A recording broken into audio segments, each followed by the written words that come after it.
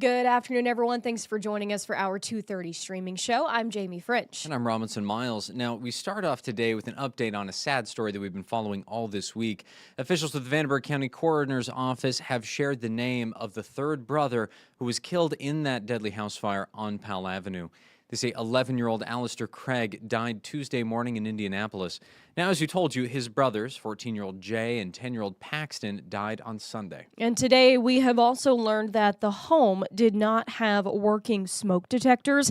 Our Emma Beck talked exclusively with fire officials today to gather some new details on that house fire investigation. She's going to have that report tonight on 14 News. Now, next, we're going to move over to Pike County, where we have another 14 News update. AES Indiana officials say Petersburg Energy Center is now in service. It includes enough solar generation to power more than 100,000 homes.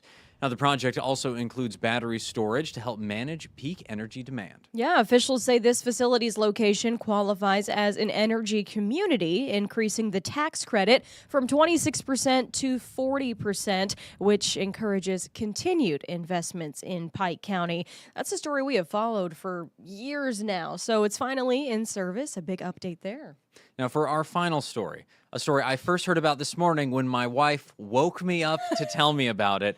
I am not kidding. Mesker Park Zoo is showing off its new, very adorable baby monkey. Officials say Fern was born to first-time mom Tashi. They say the Discovery Center was temporarily closed due to the zoo's animal care team needing to intervene to help Tashi get comfortable in her new role as a mom. Yeah, take a look at this little guy here. Officials say the center has since reopened, and baby Fern is doing great. We have another picture here. Look how cute. Francois Langer monkeys are native to the rainforests of Vietnam and China. I mean, the red hair, come on now. The eyes, the giant ears, that's a perfect animal if I've ever seen one. Yeah, new little guy just dropped, guys. Yeah, this that's is a huge. big deal. Now, after we went to the Mesker Park Zoo this most recent time, the Francois Langer actually became my wife's favorite animal because, as she says, they've got that Grinch hair. They do. You can't tell They in that do. first one, but the hair comes to a point on top, and then they And got it's those like the big old little mutton chops. Grinch. Little Oh, Grinch. Precious. Can't wait to see that little guy in person when they finally, get him out when he gets to Oh. adapts to his area there. So That's so cute. happening. Yeah, hopefully Jeff can get him on Inside Look. So, that's going to round out our headlines for today. Of course, there's a lot happening around the tri-state, so be sure to circle back for 14 News at 4, 5, 6, and later tonight at 10. All right, do not go anywhere. Meteorologist Michael Fecca will be right back with a check at your 14 First Alert forecast after the break.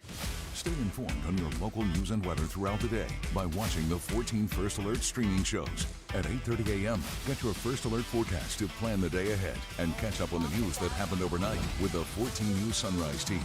In the afternoon, get the latest headlines, forecasts, and a preview of the stories we're working on with the 14 First Alert streaming show at 2:30. And get an in-depth look at the 14 First Alert forecast so you're ready for the next big thing with the 14 First Alert weather show at 9 p.m. Watch the 14 First Alert streaming show that fits your schedule and works best for you. Streaming on your phone by downloading the 14 News app and the 14 First Alert weather app. On your smart TV by using the 14 News streaming app. And stream anytime on Facebook, YouTube, or on 14news.com. Stay connected and stay informed by watching the 14 First Alert streaming shows on your favorite streaming devices.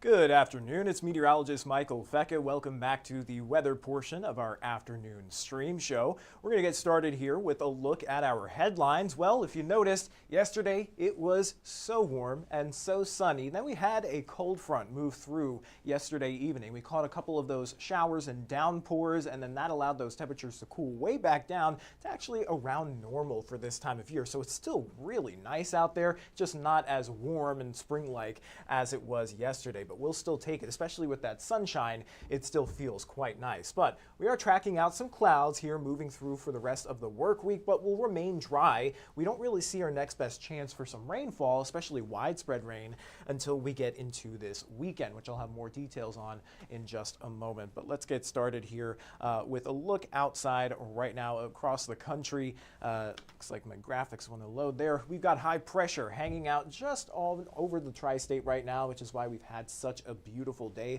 That cold front that moved in last night is now well off to our south over the Gulf Coast states there. You can see they're still dealing with some of that lingering shower activity, and that's all connected to this area of low pressure that's swirling around over portions of New England, providing them with some snow showers. But we're all dry here within the tri-state and the Ohio River Valley. We'll likely stay that way here through tonight and even as we get into tomorrow. But taking a closer look, outside of a few high-level clouds, it is nice and sunny. So if you have the opportunity to take advantage of this weather, go outside for lunch or for a walk, do that because it is gorgeous. It's 46 degrees here in Evansville, nearly 50 across portions of western Kentucky there in Madisonville, and we've all got mostly sunny skies. And looking at that forecast as we get into this evening, we'll see a few clouds stream in, but not really expecting much in the way of cloud cover. Will still be mostly clear. Temperatures drop back down into the mid to upper 20s, and with any areas that are still wet, we saw a lot of that melt yesterday, and it's already mostly dried up, but those big piles are still leaking out some of that water with that sunshine. So as temperatures drop back below freezing again tonight, we may still have some slick spots of some black ice that may develop. So keep an eye out for that, especially for those early morning commuters. But looking ahead at your Thursday, shouldn't really be a problem with ice for very long. Temperatures warm right back up above freezing and right around average again. So 47 degrees, very similar to what we got to today, just more in the way of cloud cover, and we should remain mostly dry. But we are still outlooked here to remain at least slightly above average in terms of our precipitation here through the next 6 to 10 days. And it looks like our next best chance to really see a whole lot of rain would be this weekend. So headed into Valentine's Day weekend, here's a look at that forecast. We'll actually dry out and clear out, for our Friday. We'll see a mixture of sun and clouds, and then we'll have this area of low pressure that we're tracking. That's going to be lifting up from the south, and it should remain to our south. So that puts us on the northern side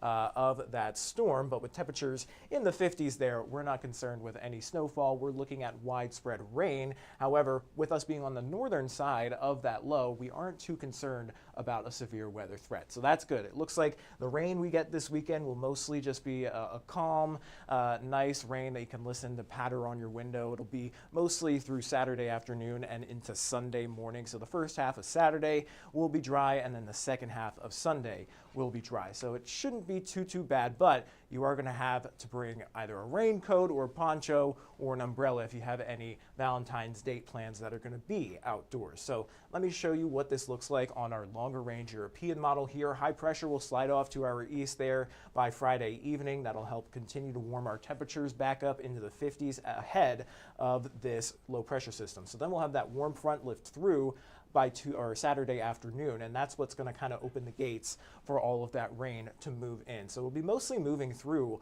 overnight and into early Sunday morning, and then we should be gradually drying and clearing here as that low pushes off to the east throughout the day on Sunday. And in terms of precipitation amounts, we may get a healthy amount of rain here. Fun fact, we're actually in a drought across the tri-state. I know we've gotten a lot of snow, but that snow doesn't actually equate to a whole lot of liquid equivalent precipitation. So we are actually running below average, but this nice little weekend soaker here could really help us out. We could be looking at anywhere between a half inch to maybe an inch of rainfall across the tri-state, and there could be some isolated pockets with even a little bit more than an inch. And you know, it's going to be mostly a beneficial rain here because we've been so dry. It doesn't look like we have too much in the way of any flooding concerns either. Looking at the 8 to 14 day hazard outlook from the Climate Prediction Center, we are kind of in the clear here in the Ohio River Valley and off to the east. However, off to the west, they're still going to be dealing with a whole slew of problems. They've got heavy rain, heavy snow,